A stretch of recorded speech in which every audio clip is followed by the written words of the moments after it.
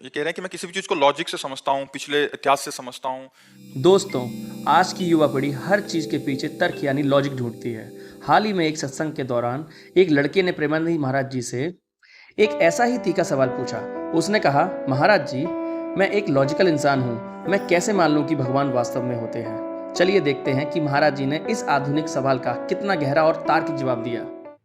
भगवान के अंश हो कि नहीं, तो बाप से मिलने के लिए कौन सी हमको क्रेडिट की जरूरत है, कौन से हमें सद्गुणों की जरूरत है। हमारे बाप है, भगवान हमारे बाप हैं, है ना, सबके बाप।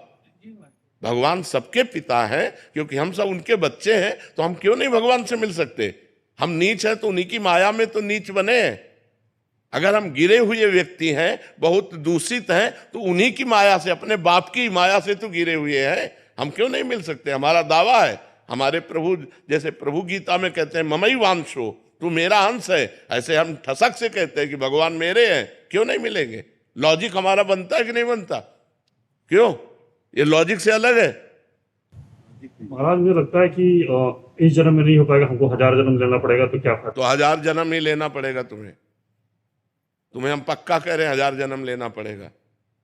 हम इसी जन्म में प्राप्त करेंगे। भगवान के लिए ऐसा क्यों नहीं सोचता? मनुष्य जन्म, 1000 जन्म ही मुझे मिलेंगे, बार बार गारंटी है? विचार करके देखो, बहुत दुर्लभ है मनुष्य शरीर, एक बार मिला है। अब अगली बार हम सुअर कुत्ता बनेंगे, क्या बनेंगे, क्या भरोसा उसमें हम भजन कर लेंगे? अरे हम इसी जन्म में भगवत प्राप्ति करेंगे।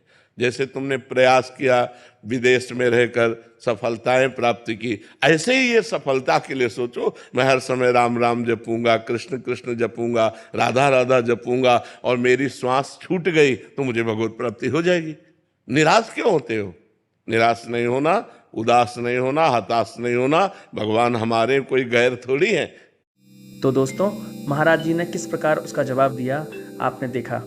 महाराज जी अक्सर ऐसे सवालों पर कहते हैं कि विश्वास हृदय से स्थापित होता है, जबकि तर्क बुद्धि से आता है। जैसे हम अपने अदृश्य खुद के अस्तित्व को बिना देखे भी मानते हैं, वैसे ही भगवान का अनुभव श्रद्धा से किया जा सकता है। तर्क की अपनी सीमाएं हैं, लेकिन श्रद्धा की कोई सीमा नहीं। तो दोस्तों, चलिए आगे सुनते हैं महाराज जी और आगे क्या बता रहे हैं। भगवान हमारे हमको क्यों नहीं मिलेंगे? 1000 जन्म तक के सोच लोगे तो देखो, हमको एक सिद्ध संत ने बताया था। हम उस समय 16-17 वर्ष की अवस्था के थे। हम बचपन से घर से निकले, 13 वर्ष की अवस्था से। उनका नाम सिद्ध बाल योगी था। वो गंगा किनारे ही रेती पे रहते थे। तो जब उनसे मिले, रात्रि में मिलने का अवसर मिला, तो उन्होंने पहली बात कही, हमने अपनी डायरी में लिख रखी थी, कि बेटा